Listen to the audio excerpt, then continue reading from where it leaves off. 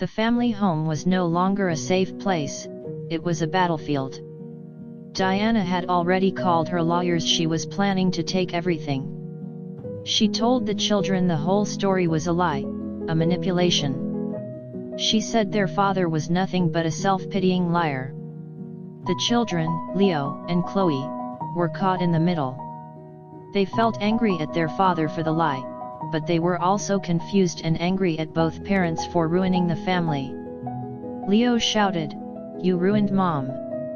You ruined everything! The whole town's laughing at us!" Chloe, crying, turned to her father. "Why didn't you just tell us the truth earlier, Dad? Why?" Robert tried to explain, tried to tell them about the terrible position he'd been in 20 years ago, but Diana cut him off sharply. She called him a liar, a coward, a man who built a secret life with 2 homes. She claimed that secret was more important to him than his real family. The children stood frozen, stuck between their mother's screaming anger and their father's quiet sadness. But slowly, something began to change. They started to feel that something wasn't right with their mother's story. Deep down, they knew they needed to find the full truth to understand why their perfect mom was so cold about helping a sick person. Leo and Chloe decided to work together. They knew the lie began 20 years ago.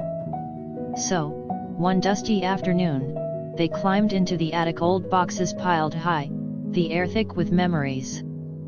For hours, they searched through papers and files that hadn't been touched in years.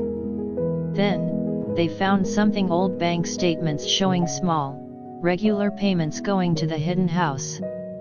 Every payment was the same amount, week after week, year after year. It wasn't a crime. It was commitment. Finally, Chloe found an old photo album, and in the back, a tiny, folded note from Robert. Her hands trembled as she opened it. The note confirmed everything. Diana had forbidden Robert from helping Sarah. The awful truth hit them like a physical blow. Their father's terrible choice hadn't been selfish, it had been forced. He had to choose between saving his marriage or keeping a promise to a person in need. Shaken and heartbroken, the children confronted Diana. "You're the reason he had to hide it, Mom. You made him choose." Diana's face went pale.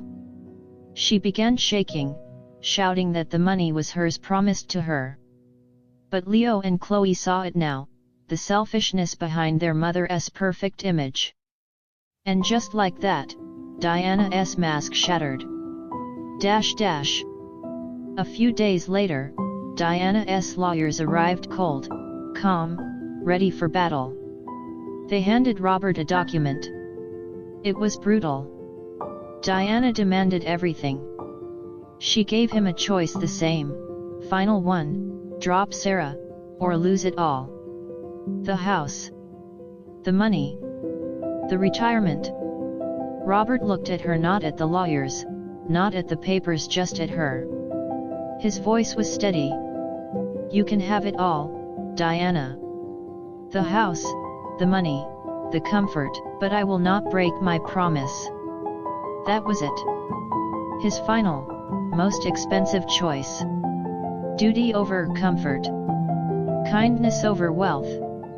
Diana won the legal battle that day, but she lost something far greater: the respect of her own children. Leo apologized to his father, tears in his eyes. "We'll help you, Dad. You're not alone anymore." Diana screamed, "You're choosing a sick stranger over your own mother." But the children didn't answer. They just walked away. Diana was left sitting at the long, empty table, surrounded only by lawyers and papers. She had everything she demanded, yet nothing she needed. Months passed. Robert divorced Diana. He lost most of his money, but found peace. He moved into a small, bright apartment near Sarah's home. There were no boats, no luxury, but his little space was full of life, laughter, love, and the quiet joy of doing what's right. Diana Clark, meanwhile, kept the big house, and the silence that came with it. She had all the money but no one left to share it with. She had saved her wealth, but destroyed her heart. The once beautiful parties felt like 1,000 years ago. The Clark story teaches a painful lesson about the true cost of selfishness. A secret is never simple. Sometimes, it's the only way a good person can keep doing the right thing, when the people who should love them most are the ones trying to stop them. The biggest tragedy wasn't the 20-year lie, it was the coldness that forced the lie to begin. The fight is over, and a new life begins.